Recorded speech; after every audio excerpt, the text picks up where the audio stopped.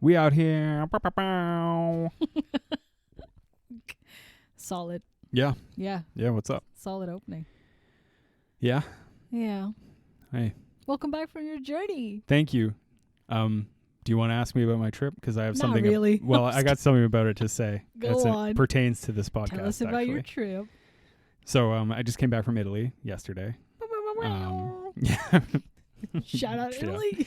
Yeah. So, first of all, real fans of this podcast might remember that in our Stargate episode, I had some choice words for Egyptologists. And so I went to Italy specifically to go to Torino, Nice. to the largest ancient Egyptian museum Hell yeah. outside of Cairo. So in this room, like in the first room of this museum, first off, it's cool. If you're into Egypt stuff, if you're a fucking Egyptologist who's wasted your career, it's probably where you work, but whatever. There's this like big long scroll of like all hieroglyphics. Yeah. Hieroglyphics. Oh, damn. It's like a big long thing. It's really cool. Nice. And like you can see they're just like tiny little hieroglyphics. But so what I said was like, how hard could it be to read these? Turns out they don't mean actually anything. It's all a sham. Yeah. Stop it. Yeah. Really? Yeah. I pulled one of the people aside. I was like, hey, when you're done carving that sarcophagus, the sand off of that, what do hieroglyphics actually mean? And they were like, dude, nothing. They were like, you got to Yeah. look it up on Hieroglyphs Twitter. Yeah. That's where it's at. And they were like, honestly, ancient Egyptians, if they ever wanted to say something, they just said it in English like fucking normal people. They didn't have to draw a cat. It's 6 quicker. times. It's a lot quicker to just say it in English, Facts. you know? Yeah.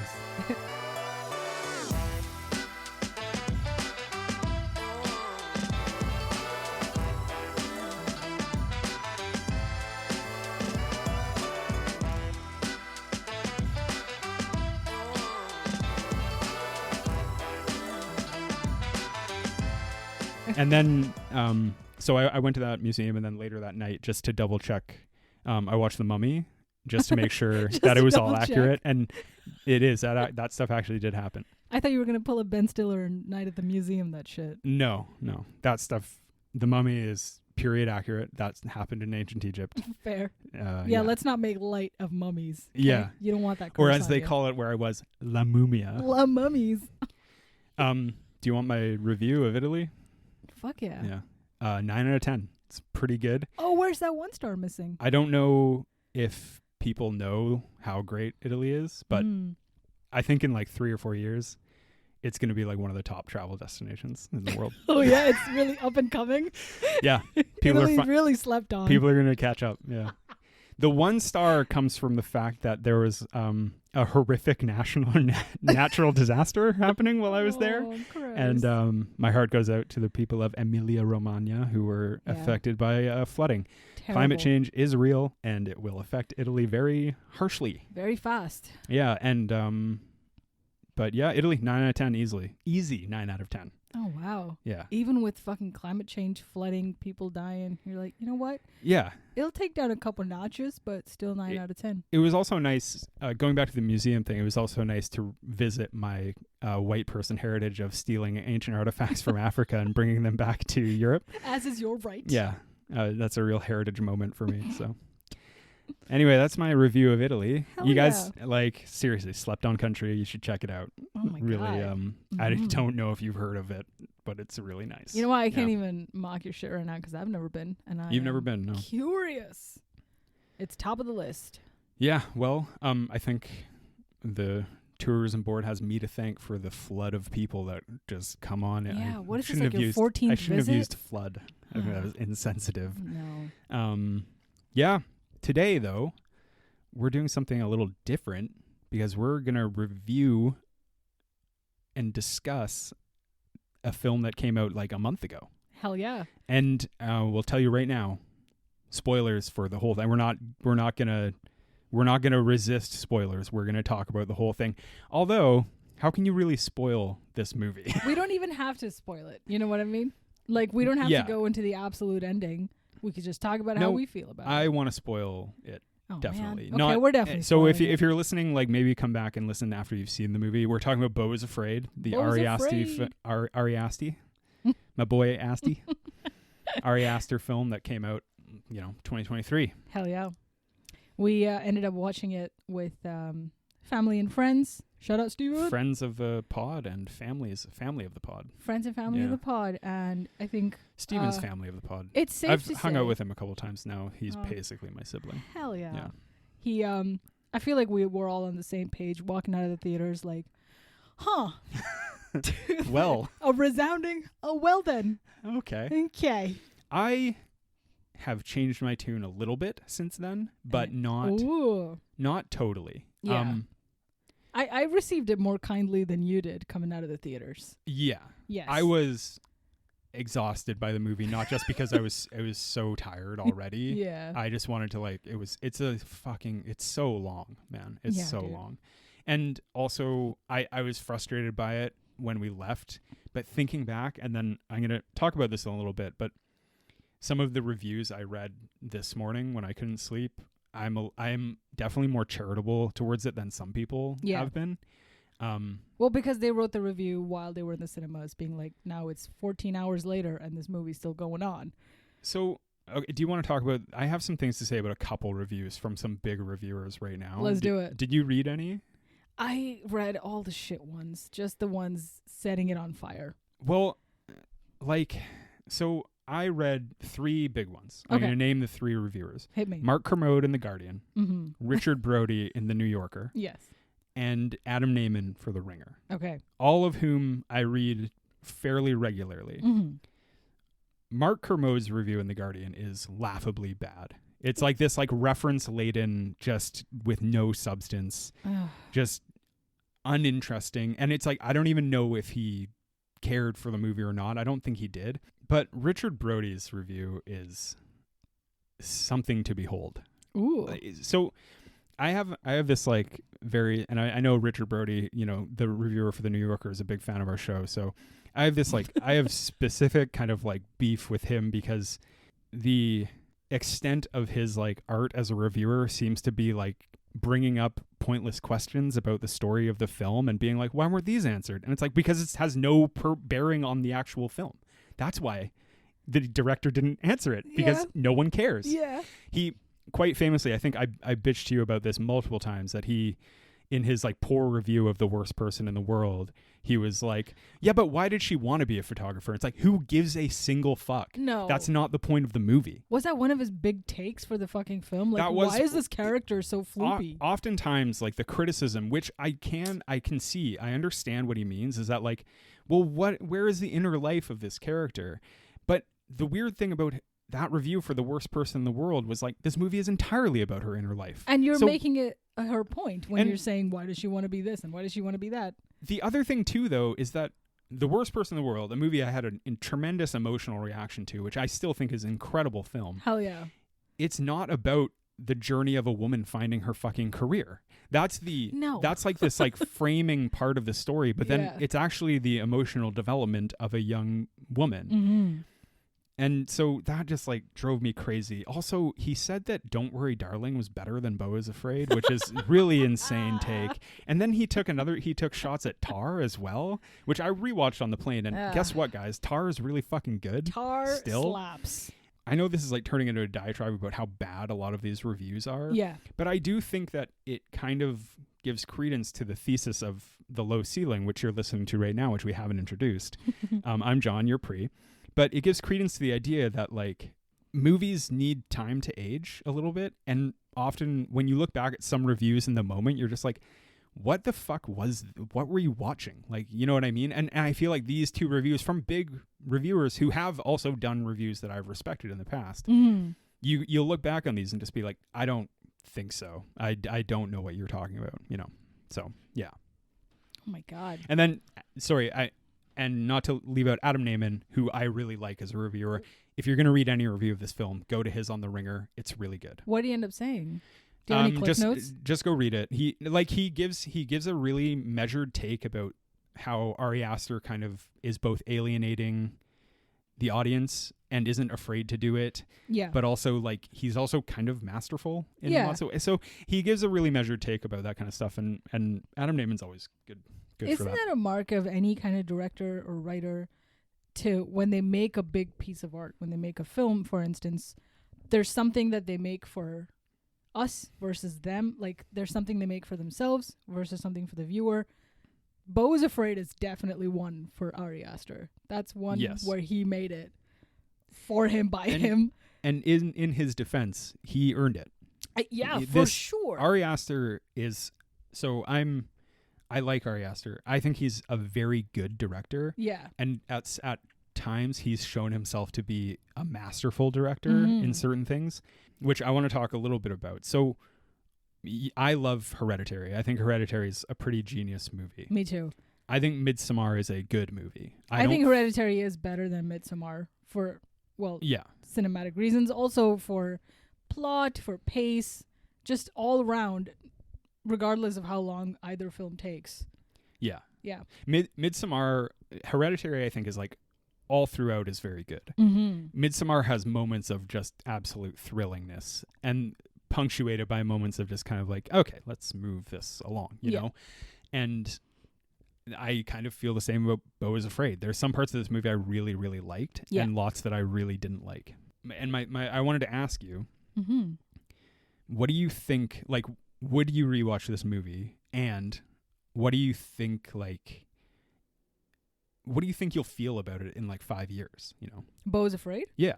I didn't hate it. You know what I mean? Yeah. Like it was, but then it's the word you used was exhausting, right? And I feel that in ways that I would feel if I was eating a full pie where it starts off tasty and delightful. Rooney and Mara style. There's diminishing returns over time where you're eating it to the point that you know you have no choice but to finish the whole damn thing because you're in the cinemas. This is a dinner and a movie analogy all together. But like having to like eat it to the point of nausea, that's what this movie ended up feeling like towards the end. And I know I sound like a fucking Netflix baby that's like, oh, movies are too long now. Why can't anything be 90 minutes? That's not the point. You could still have a 2-hour, 4-hour film that is good and tight and still keep with pace and tension.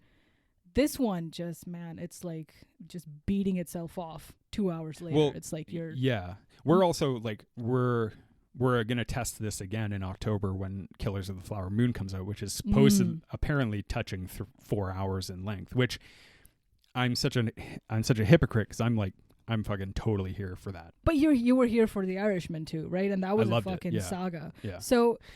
and we've talked about Kingdom of Heaven. There you go. But then again, we were watching the director's cut at home, and we watched it over a couple days and stuff. So with the purpose of like wanting to talk about it, so there is a different lens. When we went to the cinemas to watch Beau is Afraid with the fam, we thought it would be somewhere between Hereditary and Midsommar, and it just wasn't. Yeah, it was completely different.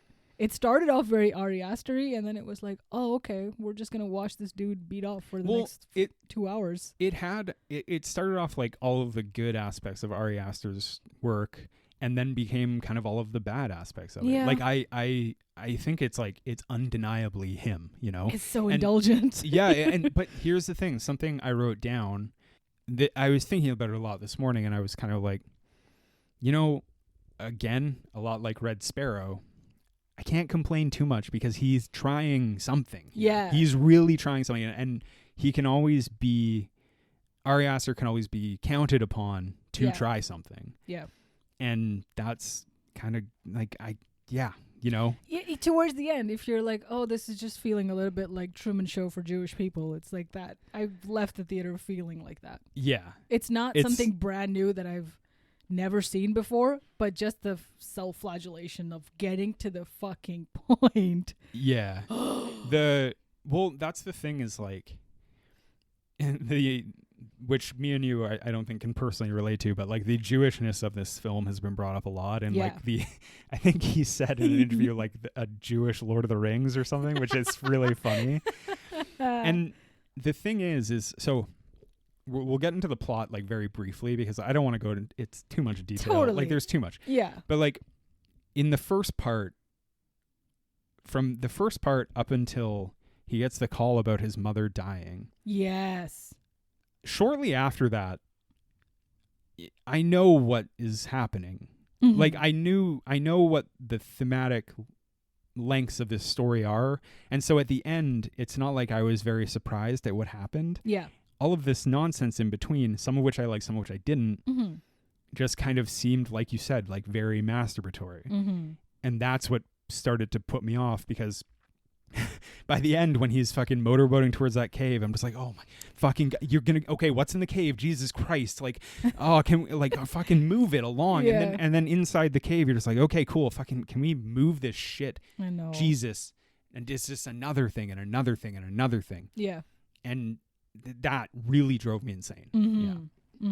The movie, I think I said this to you when we left. I was like, that felt like one movie with 6 short films, like just shoved and siphoned off into it, you know. That's exactly it. And the reason it frustrates me so much is like, Ari, you're a really good filmmaker. Yeah. You're gonna be able to make another movie in your life. I almost guarantee it. So you don't have to put every fucking idea you've ever had in the movie. It's funny that you say that, because Ari literally in one of his interviews was like, every movie I make, I think it's going to be my absolute last one. We can tell. And he goes hard, okay? Like he smashed it with Hereditary. I don't know, I can think of maybe 3 other horror movies that had an impact on me like Hereditary did. And it's so new, right? So for Beau's Afraid to have to have so much screen time for a concept like this, where a paranoid man embarks on a journey to go to his mother's funeral, we get it. But then it just goes on for so long that you feel like, you know what, I'd rather be dead at the end of this film. You know what, better yet, kill me at the end of this film so I can stop watching it. I think so. I thought of this when I read Adam Naiman's review, was like, I have lots of complaints about this movie in a way, but at like I said, you know, like I'm happy that a director gets all of this leeway to make these movies. We've seen in this era, that fail spectacularly, like in lots of cases, and I don't think this is like a failure. Yeah. And like, so in Adam Naiman's review, he brings up that like some people, like the polarization of this film's reception is really interesting, because some people are just angry about it. They're just like, oh, I can't believe someone made this shit. And I was like frustrated with the length and the time spent, but ultimately I'm kind of like, in retrospect, I'm happy I saw this movie. Yeah. But the idea of people getting like angry about it is just insane. Like, it's just so stupid to me, because like he brings up some dude who is, I mean, not as much of a nobody as me and you, but some Twitter head who like was like, A24 needs to answer for this travesty, 0 out of 10. And I was kind of like, what are you gonna do, sue them? Like, needs to answer. Yeah. And but the idea of that, and to be fair, this was a man who gave the Lego movie an A+, so like, hey, no slander for Lego movies. Those things are fucking funny. Yeah, but is it as good as Don't Worry, Darling? Come on. I mean, right? Beau may be afraid, but Pre was asleep for a lot of it. So. But like that idea where people just have such a visceral negative reaction is kind of like, I don't know, man. That's a good thing, no? It's better to be feeling so emotional about it, charged, whether in a good or bad way, than be bored. And you're never really bored. No. You're just frustrated and just like you want something, and you get it in some capacity, but at the end of it you're just like, all right, if this was shorter, this would be fucking great. Yeah. And this is what we talked about too. We talked about this with Antichrist too. Is like people had very visceral reactions to that, which people might hear this episode before the Antichrist episode or just after, I'm not sure. But like, you know what I mean? But just maybe I'm like kind of frustrated in the moment when I walk out of this movie and I'm like, I'm exhausted by that, and I don't know, that was so long and blah blah. Yeah. But like the idea that people just the crazy visceral reaction is so funny to me, because it's like, well, Forrest Gump is streaming somewhere, just go watch it. Like, I don't know, like if you're not into it, some here's the thing that I'm trying to get at. I think sometimes people, when they react to movies or like write really bad pieces in the New Yorker, you're just kind of like, do you like films? Like, do you like movies anymore? Like, do you hate yourself? Yeah. What's going on, my guy? Do you hate yourselves and cinema? Yeah. Because it is kind of like, at the end of the day, I'm just happy you made it. Like, I'm happy that this is out there. Yeah. I'm happy that it exists, which is a huge fucking, like, when I leave the cinema, and if the fact that we're still talking about it now, and it has stayed in my mind until like literally this minute where we're still talking about it, that is a mark of a good film. and maybe it's not a fair comparison, but when you go in to watch something like the trauma films or Saw or whatever, you have expectations of whatever gore and shit, whatever you're going to expect. You see that, even if it's dumb and like lacking plot, you still watch it and you come out being like, okay, I know what I was going for. I got it. Yeah. Even if it's not 10 out of 10. But then with a movie like Beau is Afraid, you go in expecting a Hereditary, which you get to some capacity. You go in expecting Midsommar, which you kinda, little bit. And then you're surprised that there's so much comedy in it. Oh, yeah. Which is not It's there really in any of his funny. other... And it's so funny. You have no option but to like relieve yourself of the trauma that you're experiencing through the character to just like laugh at his misfortune. That to the end you keep hoping, oh, maybe this is going to be the tone for the film, and it's not. And I think that's why that frustration comes up, where it's like, what the fuck happened in the first 2/3 of the film? The thing is too is like this movie is everything. This movie is so it's like so stuffed with like people may feel like here and there about something like The Irishman, which is like a very long movie for sure, and not everyone got to see it in theaters and stuff, and still people are like, it's fucking long, and they're right. Yeah. But The Irishman is like tonally consistent. Like, true. You know what I mean? Yeah. It's weird to compare Beau is Afraid to The Irishman because they're so different.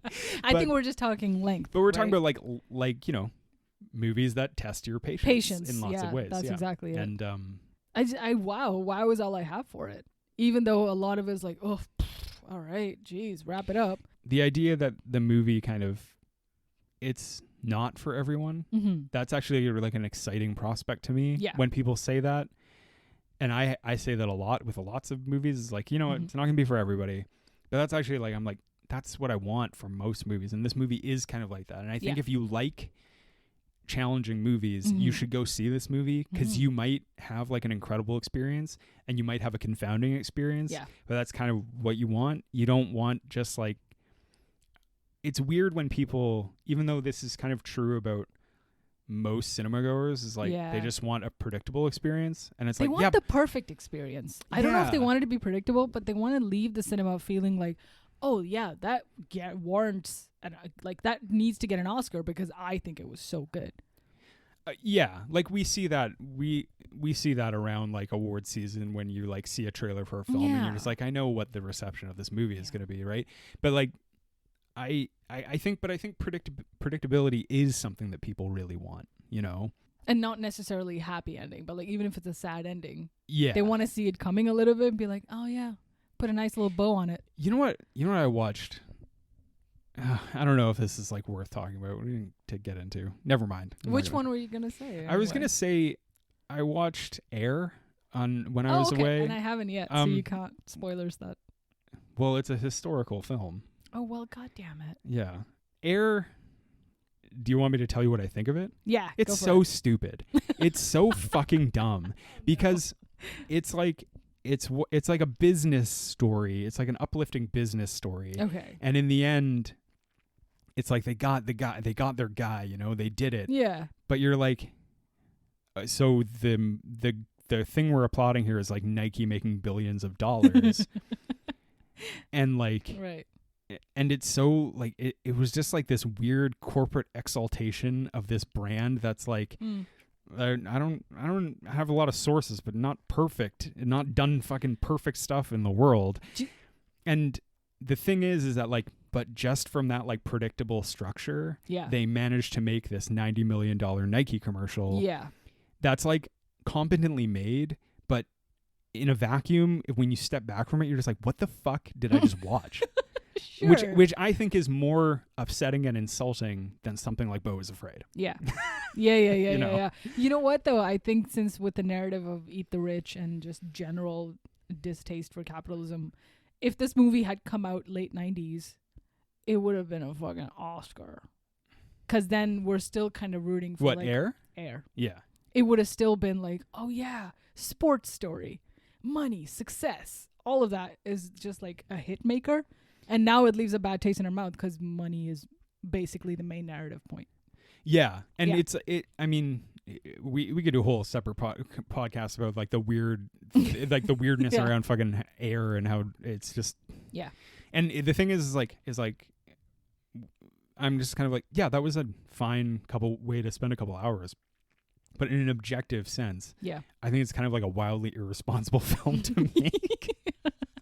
Right now, right? Because unlike something like Beau is Afraid, and I'm really forcing this comparison between Air and Beau is Afraid.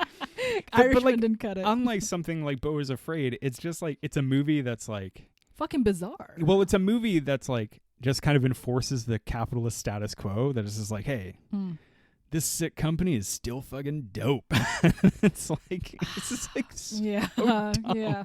Also, I don't think Air has someone's dad shaped like a huge penis locked in a basement. So no, Ben Affleck is in it. Oh, okay, cool. Oh, that huge penis. Yeah. Okay. Guys, go watch Air. It's on Amazon. Fuck that movie. Okay, you want to talk about the plot? Let's do it. Yeah. To me, the plot, we have kind of 5 parts to the plot. Beautiful. And we're not going to talk too much in detail about them, but the first part of the plot is the crazy city that Beau lives in. He sees a shrink. He's got to go home just to visit his mother. And he lives in the most insane downtown core ever. Oh, he lives in DDES. He lives in the downtown east side, essentially. Beau's from Vancouver. Yeah. It was fucking rough, man. That's my favorite part of the film. I couldn't take my eyes off the screen, and I feel like I literally had goosebumps. It won me over for the solid like hour that we were there. I was like, this is getting good. And just like all the detail and the stuff in there, and like the stabby murderer, the wall art, the band poster for Death by Anal and Murder by Fuck. I want that as a housewarming gift for our flat. The graffiti in his apartment after they break in where it just says like come. Yo, Death by Anal, Murder by Fuck. Whoever came up. So funny. So good. He talked about that in an interview on the Big Picture pod, I think, about fantastic. how much fun it was to come up with all of that stuff. And just like, incredible. Yeah, it's so funny. And so basically like Beau is this anxiety-ridden fucking guy, and he's got to go visit his mom. And I got to say, Joaquin Phoenix has never done it for me, really. And movies like this kind of always remind me about how he's not ever really done it for me. Yeah. And his kind of like so he's like an Academy Award winner for Joker, which I think is a okay film. Yeah. As many people have said, like that seemed to be an Academy Award for doing the most rather than like doing the best. Yeah. And in this movie, he's kind of, I just don't like his performance. I just don't like what he does. I don't know. Is it because it makes you uncomfortable? Or is it because you're just not believing what he's doing?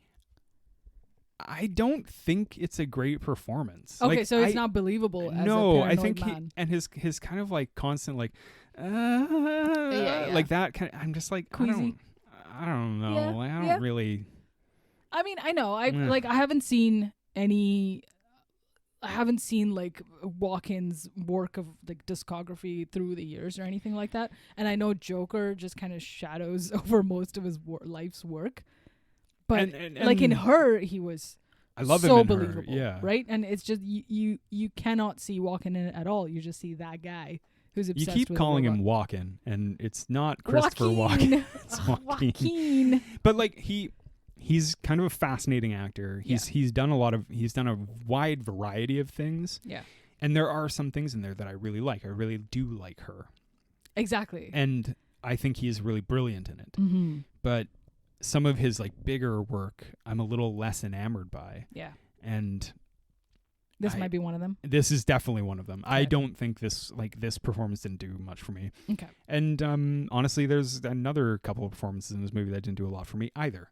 And that's maybe a part of why the movie I wasn't crazy about it, but we'll get to that. So like that whole sequence is great. But once he gets the phone call from a little cameo that we don't have to spoil, that his mom has died. Yeah. I started to like check out from there. I was a little bit like, I see where this is going. Right. And as you know, but the listeners don't, there's a couple things in film that I generally dislike. Weddings, funerals, flashbacks. Oh. And we're going to get 2 of 3 of those things. Oh, man. And once we find out his mom has died, I'm like, we're headed towards a funeral. Yeah. And I was dreading it the whole time. Guess what? Also flashbacks. And flashbacks, which I didn't know was going to happen. Yeah. So, and then he gets injured and he gets kidnapped. Yeah. In a weird way by Nathan Lane and Amy Ryan. Sure. This part of the movie did not work for me at all. Mm-hmm. The whole sequence of him at their home, I found just trivial. I did not like it. You know why it is so long and boring and strange and weird? It feels like a fever dream. Definitely. Especially the part where he finds out the information in the news that his mom's head exploded by a chandelier falling on it. Yeah. And now he has to Which go to is the a funny funeral. conversation, yeah. And it was like that whole phone call sequence of him just Really funny, realizing that news. Excellent. So well done. And then after that, when he goes to, well, whatever, he ends up with this couple. It just feels like all of that, if it were cut out, you wouldn't miss much of the movie. No, it's the part I like the least, besides the end. But just the whole sequence of him there is like, it's really driving home the theme of the film, which is that his kind of his like lack of decision making and things are actually causing other people harm, including himself. But at a certain point I was just like, oh my God, give him a fucking ride. Jesus Christ, get the fuck out of this fucking house. Give him a fucking ride to where he needs to go. I'm so tired. And like, Nathan Lane is lovely and Amy Ryan's a great actress and stuff like that, but the whole but that's exactly the point though, because a normal person quote unquote would have taken that decision and put their foot down and be like, I need a fucking ride. I gotta go see my dead mother. Yeah. But not Beau, because Beau was afraid. Yeah. And this whole part, it belongs in the film. It just doesn't have to be as long as it was, because he's there for a long time. And from there he escapes and he goes to the woods, which is the third part of the film, let's say. And this part I really liked. Mm-hmm. The long animated sequence I thought was really good. Nice. The only problem is it does not belong in the movie. It does not need, like, it. Because they're trying to fit 6 films in one, and they're trying to fit 6 parts of his mind in one. It was such a really cool piece of filmmaking. Yeah. But the whole time I was just kind of like, I'm trying to draw connections to why it's here. Mm-hmm. And I just couldn't. No. I just didn't really get it. And that frustrated me ultimately. But I was like, God, like in a little bit when that bit is on YouTube, it's like worth watching on its own. It's very cool.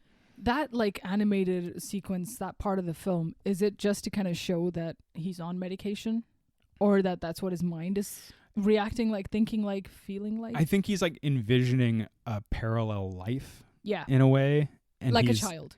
Kind of, maybe. Yeah. Or like, so if I remember correctly, by the way, we've only just seen this in theaters like a month ago. So I'm not totally cogent on the plot. Yeah. Let's put it that way. If I remember correctly though, in this, we can call it like a dream-esque sequence. Mm-hmm. It starts with him being swept away to a totally different place, right? Yeah. And it's kind of like, it's like he's envisioning a life where he doesn't have the problems that are haunting him in this life. It's an agrarian life where he's like... It's like a simplified agrarian life where he's forced to just live. Yeah. I think is what it's getting at, which now that I've said it, maybe I'm like, maybe that's the whole point of it, right? Because like this movie, much like we talked about Antichrist, it's kind of like a depiction of mental health problems, like extreme anxiety, right? And maybe that's what this is getting at, which I thought was really effective and really beautiful. Yeah. But ultimately, I was just kind of like, I don't know where this is what it's meant to do. I felt like it was meant to exhaust, which is why everybody who calls this film a piece of genius calls it, because you are feeling like the character, so tired of thinking. You're in his mind. You are him by the end of this film, that you're having to sit through this fucking odyssey for 3.5 hours or however long it was. But he has had to live it for 45 years. Yeah. So you are in his state of mind. The best way for Ari Aster to kind of give the audience a fucking taste of that is to literally put you in the hot seat. Yeah, maybe. So, but short of that, there are ways to convey that without losing half your audience to a 68% Rotten Tomatoes rating, right? You shoot yourself in the foot by trying to be so philosophical about it that you kind of take away from the impact that it could have had in 2 hours. Speaking of which, though, like that kind of critical reception, I honestly think this movie will be hated by kind of the general audience. Oh, for sure. And that's already I think prevalent. There will be critics who champion it in Yeah. ways. Adam Naiman seemed to enjoy it. Richard Brody seemed to not. Mark Kermode seemed to be middling on it. I know, like, listening to The Big Picture, Sean Fennessy seemed to like it. Yeah. And it's polarized, like, critics in a way. But I do feel like the general theater going audience will just be kind of like, what the fuck? What the fuck? What? Like, yeah. you know, and that's, Yeah. I'm not saying that derogatively. Like, that's kind of totally. fine. Yeah. That's okay. Mm-hmm. But even people who really liked Hereditary or Midsommar might be like, what the fuck was Yeah, it? and that's You know? us, right? Yeah. And we love those films. So for us to be like, I don't love Midsommar. I don't want to make that no, clear. but like Yeah. Hereditary, for I instance. love Hereditary. Yeah. So to kind of go from like, fuck yeah, 11 out of 10 to then going to see Beau's Afraid is a little bit jarring. Yeah, and it's interesting you say that about, like, so Hereditary, I absolutely love. I think it's kind of like a perfect film for what it is. Yeah. And even when I saw Midsommar, I was a little bit like, the reception of that from lots of, again, general audiences, like, lots of people were like, oh, this is such a brilliant film. And I was like, I don't think it's that brilliant. I thought it was okay. Mm-hmm. I thought it was good. I didn't think it was like, it didn't affect me the way Hereditary did. No, and also Midsommar is way more predictable than Hereditary could have been. Well, personally, I saw a lot of things coming, and then even with the imagery and even with the little symbolism and all the hints of the bear and fire and old people and this and that, Yeah. you know what's going to happen, and it does. And again, a kind of torturously long film that it's like, we could move this along. Yeah. And I think Midsommar is a really good movie. Mm-hmm. I don't think it's like a genius piece of work. And I find it really weird when people are like, oh, that movie was like incredible. It's like, I don't think that it was. Was that his first? No, it's his second. And So Hereditary was first. Hereditary was his first, which was such a shocking. surprising and amazing. Yeah. And then the thing also about Midsommar, this is also turning into just an Ari Aster fucking omnibus. I mean, I love him. I love the guy. The thing about Midsommar is, like, the opening Yeah. sequence of that film, as I've told you, is, I think, a masterwork of filmmaking. God, like, 100%. I think it's so upsetting and Yeah. difficult and just brutal Mm-hmm. that I was so ready for a different film after that. And I think after that, it's just, anyway. I mean, the fact that we just yell Peter at each other from across the room Yeah. once every month. And here's one other thing about Midsommar. William Jackson Harper, Chidi from The Good Place, Mm-hmm. he is phenomenal in Midsommar. I love that and guy. he does not get the respect that he was due No. for that movie. No. He's so good in that. Mhm. And people, fucking, that guy deserved more. And Florence Pugh's lovely. And she's amazing. I love the whole cast of it. Yeah. Whatever. Midsommar, that's old news. We're talking about Beau. Beausamar. So, okay. So he escapes the forest, but now the fourth part of the movie, the fourth sequence I'm going to talk about is the flashback bits, which are Yeah. actually scattered throughout the film. Mm-hmm. But yeah, so Zoe Lister-Jones plays his mom, who I love. Zoe Lister-Jones. so She's cool. really good in this. Yeah, dude. The part where the woman runs into her room, she's like, who the fuck is this bitch? So fucking funny, man. But so he's on a cruise with his mom, who's Yeah. like a corporate tyrant, and he like can't She's a boss bitch. Hashtag. #boss bitch. Yeah. And like he has a heart murmur, so he can't have sex. He can't have an orgasm, or else he'll die, because that's how his father died, and that's how he was conceived. Which Which is what he's told by his mom. Is What that he's you told can by his never mom. orgasm or you'll die. yeah, and we're gonna talk about that in a second. And then he's like on a cruise, and he meets a woman Yeah. who's later comes back into his life, played by Parker Posey, Yeah. and they promise to like lose their virginity to each other or Right. whatever. Because they're like 12 years old or whatever at the time. And that's kind of it shows a lot of this background of his relationship with his mother, which I think is still, even with that flashback background, is still lacking. Yeah. Like Yeah. I still don't think it's like very well established. No. It's like his mother is like overbearing and cock blocking him, as I think it was in Richard Brody's review. He said his first line is "Mommy is a cock blocker" or something, which is admittedly very funny. Beau is cock blocks. Yeah. Beau can't get it off. Yeah. The actor who plays young Joaquin Phoenix, I thought was CGI for the longest time. Does he have like a prosthetic nose on or something? No, he's just a young kid. He's a very real person. Yeah. I thought he was for sure a robot, but then he insists in all his interviews, guys, I'm not AI. You know what that means? Definitely He's a robot. Definitely a robot. I don't see a captcha floating on top of your head. When so. he's in fucking Terminator 7, we're gonna know. Goddamn right. James Cameron will reveal. He's like, it's the first one we've ever done with a real Terminator. That kid is great. And it's that little kid, and he's 10 still. Yeah. It'd be still great. A little baby. He's like a robot, and so he can't really age. No. But it's like 10 years from now, we'd be like, wow, you've really not aged a lot. But he's got like a fake mustache on, and he's like, oh yeah, I'm totally an adult now. Look at my 5 p.m. shadow. Yeah. Playing a young Danny DeVito and something. Yeah. And so the flashbacks happen, and then eventually Beau makes it to his mother's house where they're having the funeral. Yeah. Finds her headless corpse and kind of wanders around the house, and we get some background. This part is very long too, and then fucking Parker Posey shows up. Mm-hmm. Now, so they have sex, which is the fear is that if he has an orgasm, he'll die. Yeah. He has an orgasm, he doesn't die, but she does, which objectively is funny. But this whole subplot, the whole sex and orgasm thing, which I've said to you before, it just seems like a short film idea that has been. This is the clearest one that it's like. This just seems like a goofy short film idea, which would be really funny. Yeah, that's been slammed into this film, and I don't really understand thematically why. I feel like he had this idea of like, yeah, man. Jewish boys are always kind of trapped under their mums, whatever the stereotype is, right? They have overbearing mothers, and then when they find a woman to marry, she's also similar to their mother and all that shit. And then he just saw one episode of whatever show has that stereotype and blew it up into a 4-hour movie. And then he's like, you know what? Drugs are also cool, so let's make it paranoid. This was originally a short film.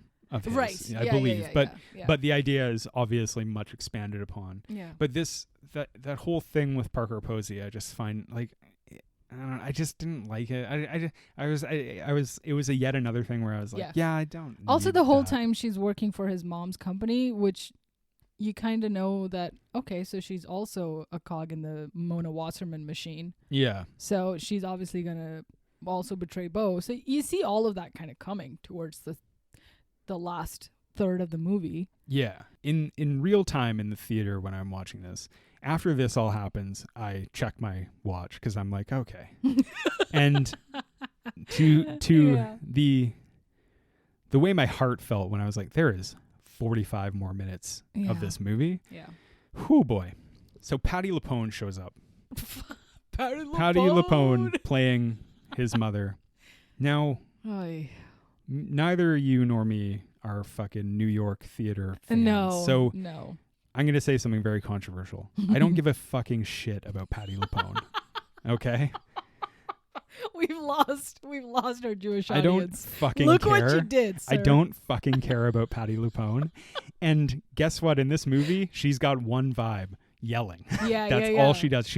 That's perfect, though. But like Patti LuPone is objectively a great actress, but she's just doing this one thing. But young Patti LuPone, played by Zoe, was a manipulative person. Yeah. Was shown to be very loving and caring in all the flashbacks. So it makes sense that in reality she's a fucking tyrant. She's a psycho bitch who, has a huge penis trapped in her basement or whatever. In the attic, yeah. In the attic. Who's Beau's father. Yeah. Yet another part where I was kind of shaking my really bizarre. Yeah. And I love the bizarre, okay? Yeah. It's just not for this film. Well, going back to the things I admire about the movie, I do admire the surreality of it all. Yeah. I admire that, like, in 2023, where people, including ourselves, can be really hard on movies for their misses. Mm-hmm. I admire that, again, he's trying weird shit. Fuck yeah. And don't stop. Yeah. Yeah. Don't ever stop. Dude, yeah. Next movie, 2 penises. Yeah. That and Ben Affleck. The whole cast digitally replaced with giant penises and de-aged using de-aging technology to make because no one wants to see wrinkles on the thing after a while. All right. Yes. Don't forget that penis is also a monster. Yeah, because it's like 40 feet tall. What the fuck is going on? That sounds like a slogan for something. Don't forget that penis is also a monster. Nice. Love it. I love it. Oh. So then he chokes his mom to death.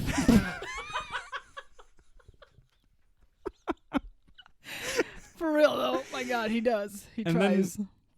And then he takes off in this boat. He ends up in a cave where he's finally judged for how much of a shitty son he is. And like all of this thematic stuff, I could all kind of see it coming. Like none of it surprised me, and that's again what frustrated me. And then that's kind of it. Beau is executed essentially, and we wrap up. And the way that in the last scene where he's in this like court scene, so to speak, where he's in the middle of the lake and there's a stadium around him and they're all judging him for his quote unquote crimes of being a terrible son, not picking up our phone calls, and they end up like not making an effort to actually solve his own issues. They drown his lawyer, all that stuff. There's no representation for him. But the best part is that his rowboat or whatever he's on tips over. It forcibly flips. It is a very cool scene. It's beautifully done where he just drowns to death. That whole scene is it's a really good idea and stuff. I like it. And then like the fucking credits roll over this boat just floating, which I think is really cool. Yeah. It's just at this point I was just so like, oh, I'm ready for this to fucking end. Yeah. Oh my God. Because I'm 100 years old. Yeah. Yes, by the time this movie ends. I got shit to do, like sleeping. Yeah, dude. Yeah. But it stays with you. Yeah. There's no doubt that this movie has film. a fucking impact in whatever way that you want to qualify it. It's whether it's frustrating or it's a thinker or it's definitely funny. There's no questioning that. But do you want to sit through a lot of it towards the last hour and 20 minutes? Remains to be seen. I think I will feel differently in a good way about this movie, like when it comes out on streaming and I rewatch it over a couple of days. Nights. Yeah. There are aspects of it that are just interesting, weird. Yeah. Fun. Yeah. Yeah. If you take away the length of the film, if it was a reasonably timed movie, edited to remove certain parts, would it still have the same impact? Would it be worthy of talking about? The thing is that like lots of the parts that I think that they could be trimmed and edited or cut completely, I really like. That's what I'm saying. The animated sequence. Yeah. I think you don't need it, and it's my favorite part of the movie. Yeah. And then also you would end up cutting a lot of the crazy city bits in the beginning, which are my other favorite part of the movie. Mm-hmm. So unfortunately, I think the only reason this movie is good is because of those fucking parts that just ping you around from here to here in this odyssey. It's a fucking whiplash. Craziness, yeah. Definitely. Yeah, no Whiplash is like Whiplash, actually. All right. That movie, yeah. I'm just JK's. Yeah. I'm not my just tempo. Kidding. Okay. Right. Not quite my tempo. Are you rushing? I am rushing. Or are you dragging? I watched that when I was in Italy, so I okay, remember so that's front of mind. Yeah. How many fucking movies did you see, dude? I watched a lot, man. It was a long plane ride. Let's hear it. Air? Okay, hold on. Let's go from plane to plane. Okay. The Hunt for Red October. Hunt for Red October? V for Vendetta. Nice. Ocean's 12. Sick. Ocean's 11. Okay. In that order. Because you were mentally ill. Okay. About Time.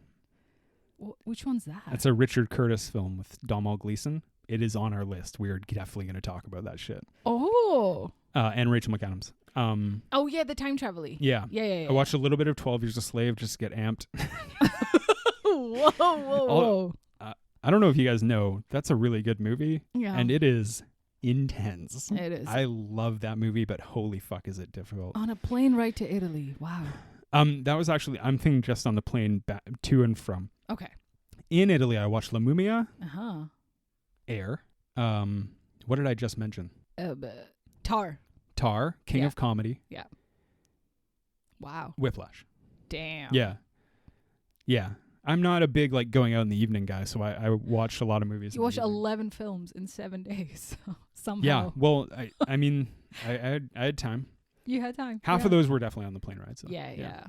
I tend to, even when I'm like holidaying, I tend to still watch a lot of stuff because like at some point, I mean, there were some days where I walked like fucking 16 kilometers. So I was kind of like, I don't want to do anything anymore. Totally. Yeah. I mean, the day we landed in Scotland, we ended up watching Dumb and Dumber. No, we watched 6 times. We watched The Gray Man. Remember? Oh no, the time when The Gray Man was a thing. What a fucking shit show. Good so God. Bad. It was bad, guys. Oh, that was a hilarious start to a great holiday. Aye. Yeah. Hell yeah. Anyway, that was our review of Italy and Beau is Afraid. Yeah. Both take really long to get around to. I will, this might be controversial to some. Yeah. Italy is better than Beau is Afraid, just as a country. Yeah. I would, out of 10. If Beau was a country, would you not visit?